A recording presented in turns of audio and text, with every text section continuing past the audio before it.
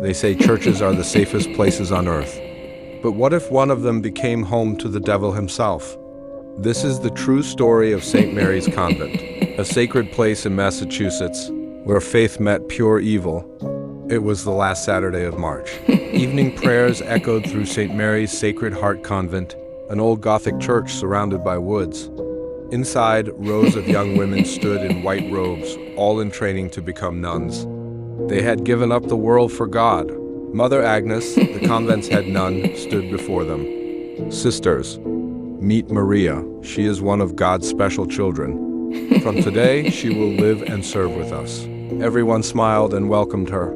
But Maria just stood silently, pale, still, with distant eyes.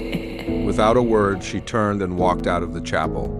Two young trainees whispered in the back pews, Monica and Ruma. Did you see her? She looked like she's seen a ghost. Don't say that. If Mother Agnes hears, we'll be in trouble. But that night, Ruma couldn't sleep. Maria's hollow eyes haunted her. Next morning, during morning mass, Ruma noticed Maria again. She stood at the very back, her lips moving, whispering something that didn't sound like a prayer. Ruma quietly stepped closer, and then she froze. Maria was whispering in a man's voice, deep, guttural, not her own. He's here, and he's not leaving.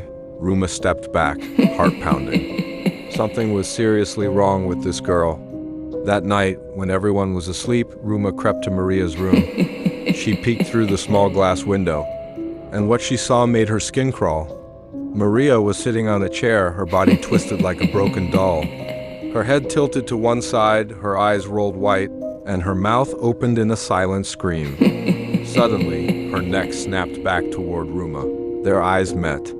Maria's face was pale gray, veins black, teeth dark as coal. A twisted grin spread across her face. Ruma screamed and collapsed. Mother Agnes and the other nuns rushed in.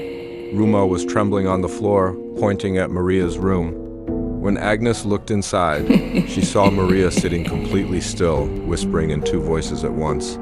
Mother Agnes grabbed her cross and stepped inside. In the name of our Lord? Before she could finish, the cross slipped from her hand. Maria's pupils turned black.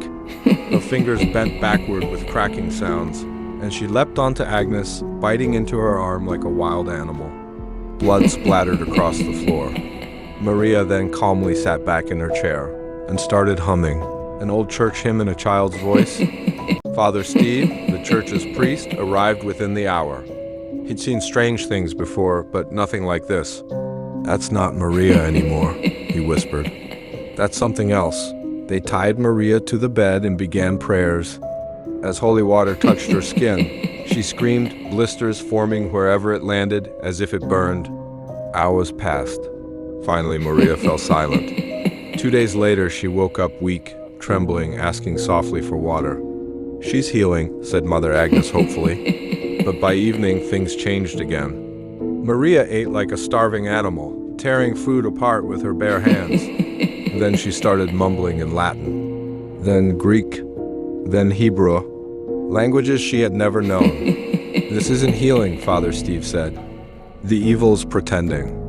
It's waiting. 3 days later, Father Edmund, a senior exorcist from Boston, arrived. That night, they tied Maria to a wooden chair surrounded by crucifixes and candles. The air inside the room was freezing cold. As Father Edmund recited prayers, Maria started to laugh, the laugh of a man, a child and a woman all at once. Then Mother Agnes suddenly began to cry. Stop the ritual. I need to confess. Her trembling voice echoed through the chapel. This started a year ago. Maria was never meant to be a nun. She explained everything. Maria had been a singer at a city church. She was beautiful, joyful, full of life, and in that same church, she met Father Neil, a young priest. They broke the vow of celibacy. Maria became pregnant. Neil panicked. He was terrified of losing everything, his church, his title, his faith. When Maria refused to abort, he went to Mother Agnes for help. That stormy night inside the church, Maria went into labor. Agnes and a nurse were there.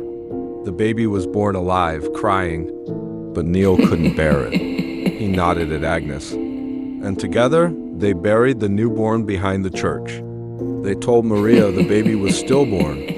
She screamed for hours. Then she stopped talking forever. Every night after, she wandered to the cemetery, whispering to the grave, until something finally answered her back. Back in the convent, Maria's screams shook the walls. "Call him," she hissed.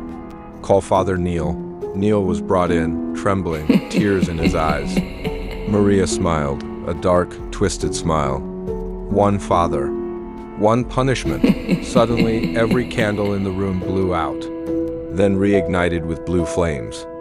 Neil and Agnes were lifted into the air, screaming. Their robes caught fire, burning them alive. Father Edmund splashed holy water, but Maria's body went limp. The candles went out again. When it was over, Neil and Agnes were dead. Maria survived. Barely. Maria was hospitalized for weeks. She recovered physically, but never spoke again. Some sins can be confessed. Others can only be buried, but not everything buried stays dead. Subscribe for more dark stories of faith, sin, and the supernatural. And if you ever hear singing inside an empty church, don't look back.